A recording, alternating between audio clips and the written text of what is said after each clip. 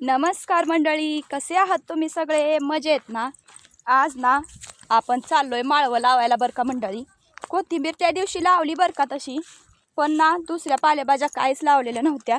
म्हणून म्हणलं आज डाळिंबीच्या बागेत मध्ये जरा माळवं लावून घेऊया. तुम्हाला मी दाखवते काय काय माळवं लावायला आणलंय त्या.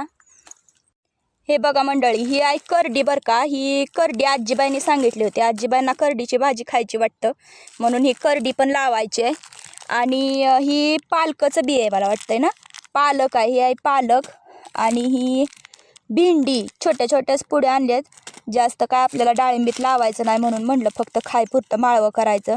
ही आहे गवारीची शेंगा बरं का, गवारीचं बिया. आणि ही मेथीची भाजीसाठी मेथी.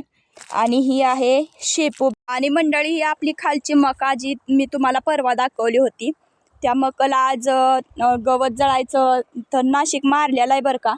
आणि तणनाशक मारल्या लगेच पाणी सोडावं लागतं, म्हणजे ओलं असल्यावर ते जळून जातं, म्हणून पाणी पण सोडलेलं आहे ह्या रानात.